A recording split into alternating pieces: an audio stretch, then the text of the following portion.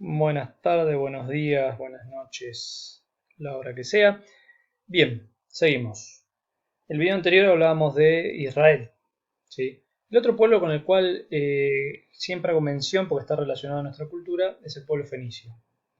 Acá tenemos un mapa grande, lo voy a conseguir un mapa grande que un poco muestra lo que está marcado ahí en verde. Sería el reino de Israel, digamos. Arriba tiene la referencia, dice poblamiento hebreo. Y ahí yo tengo una distinción que hacer. Ahí dice colonización fenicia y marca la zona del Levante, lo que hoy sería Siria, Palestina. No fue así porque no llegó a abarcar tanto, de hecho eran ciudades. Vamos a hablar un poquito de los fenicios. Bien, vamos a empezar con lo menos importante para pasar a lo más importante. Eh, el pueblo fenicio es un pueblo que apareció entonces después de la invasión del pueblo de Salmán.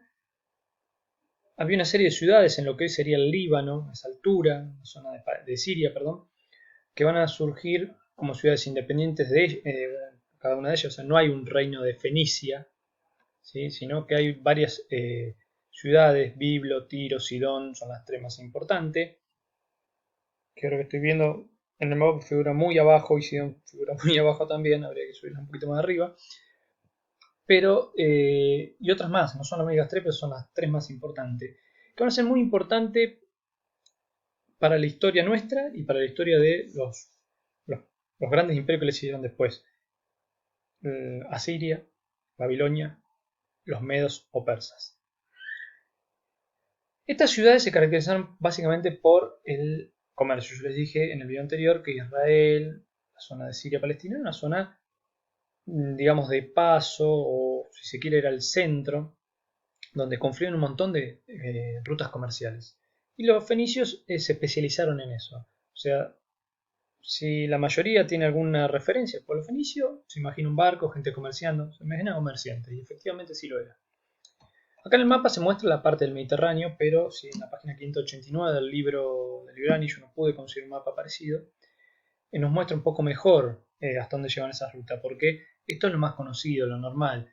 Sí, toda la parte sur del Mediterráneo va a ser, acá digamos, abarca, me sale, un periodo muy largo de tiempo. Pensemos que los fenicios fundaron Cartago, Cartago va a estar metida en la historia de Roma 500 años después, así que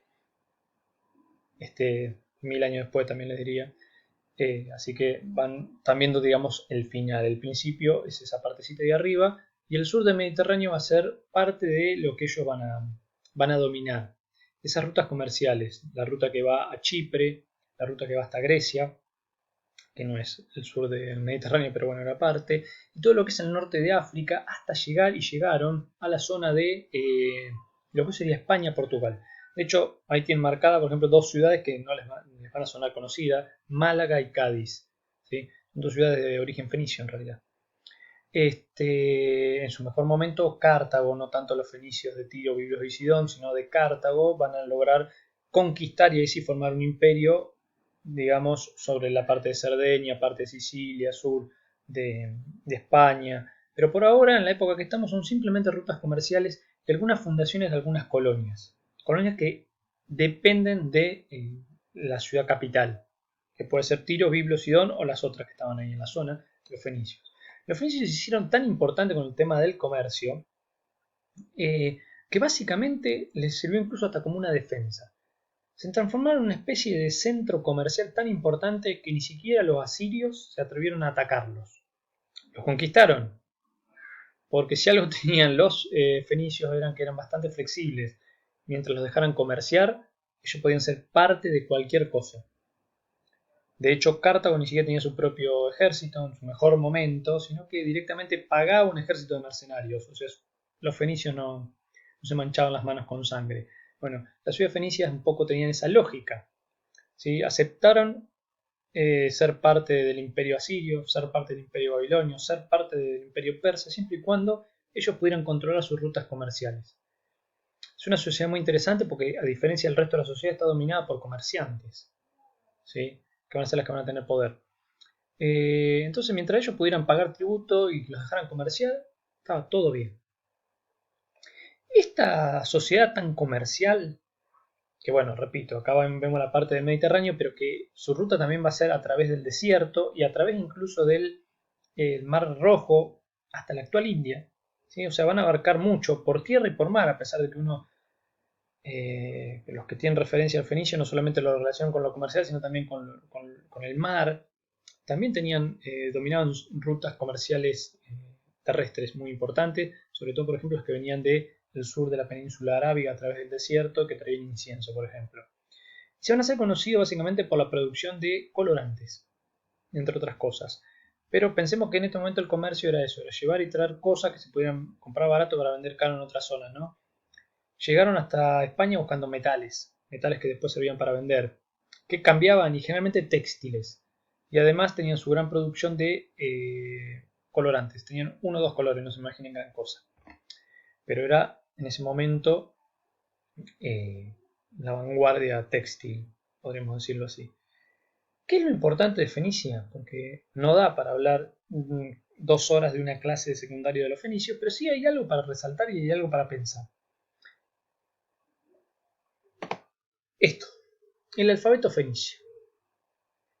El alfabeto fenicio es el origen de nuestro alfabeto. Esas letras que ven ahí ustedes, ¿sí?, son las antepasadas de la letra que conocemos nosotros. A ver, Librani nos dice que con la llegada del pueblo del mar aparecieron un montón de cosas nuevas. Yo le dije, fíjense en los cambios, lo viejo, lo nuevo, lo que nace y lo que muere. Una de las cosas que muere, son los alfabetos uniformes. Los escribas, sus grandes representantes, van a desaparecer y van a aparecer alfabetos mucho más simples.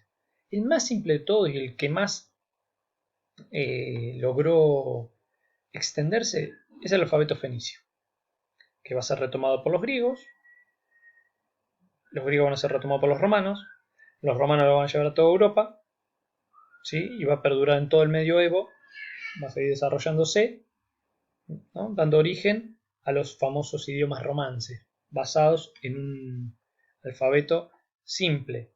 En el caso de los fenicios tenían 22 letras, que son las que están ahí. Que como verán hay de las letras y algunas hay 2 o 3 casos porque fue evolucionando, estamos hablando de cientos de años, ¿no?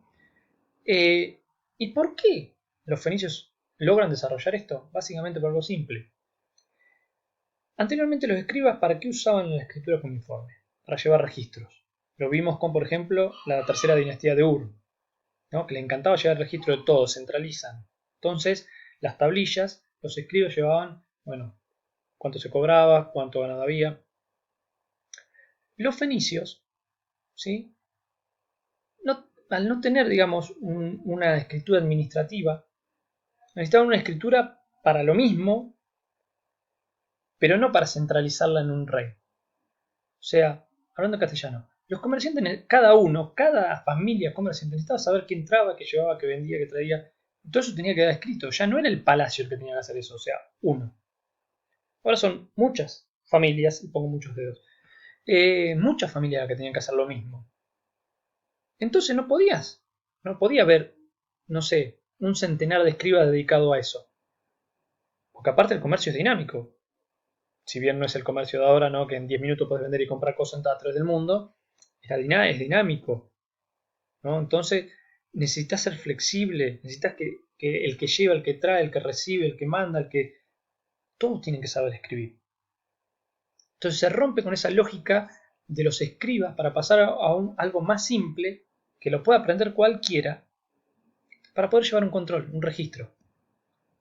Con la caída del palacio y la caída de los escribas surge, si leyeron Librani, parece que ya existía, algunos dicen que se creó, no importa esa discusión, la cuestión es que con la caída de los escribas y el palacio surge una escritura mucho más simple. Acordémonos que el cuneiforme, el jeroglífico en Egipto, ¿sí?, es una escritura para muy, muy pocos. Esto es una escritura para muchos. Podemos decir que con la invasión de los pueblos del mar, el surgimiento de varios otros reinos menores, chicos, como vimos el hebreo, los arameos, los filisteos, todos van a tratar de desarrollar algún tipo de alfabeto. El que va a terminar perdurando hasta nuestros días es una evolución de esto que están viendo, ¿sí? Eso es lo importante de los fenicios. ¿Y por qué los fenicios entonces? Porque era una cultura comercial. Todo lo que estuvimos diciendo antes tiene relación con esto. Si no hubieran sido comerciales como fueron los hebreos, que si bien manejaban el comercio pero no era su centro, quizás no hubieran desarrollado un alfabeto tan simple. En cambio ahora, como tenemos muchas familias comerciando, mucha mercadería entrando y saliendo, muchas rutas comerciales yendo y viniendo concentradas en una ciudad, ya no es el rey el que necesita controlar, ahora también es la élite entera la que necesita controlar. Entonces ya no podemos depender de un centenar de personas que sepan leer y escribir. Necesitamos que muchas personas sepan leer y escribir. Y para eso no puedo estar 20 años aprendiendo a leer y escribir. Tengo que aprender a leer y escribir rápido. Entonces simplificaron el alfabeto. ¿Sí? Y repito, eso que están viendo es el antepasado de nuestro alfabeto. Nosotros después, con el tiempo, se fueron agregando otras letras y las letras fueron tomando, pero si las miran incluso, van a ver patrones conocidos. Una E dada vuelta, una Z, una I, están ahí, una X. Son muchos de los símbolos que nosotros usamos. Una O, están ahí. Muchas. Mírenlas y fíjense que están ahí. Obviamente, el tiempo fue haciendo que estas letras se mezclen con otros idiomas y evolucionen. ¿Sí? Estamos hablando todavía del 1000 a.C. más o menos. Año más, año menos. ¿Sí? O sea, estamos hablando de 3000 años de evolución de este alfabeto.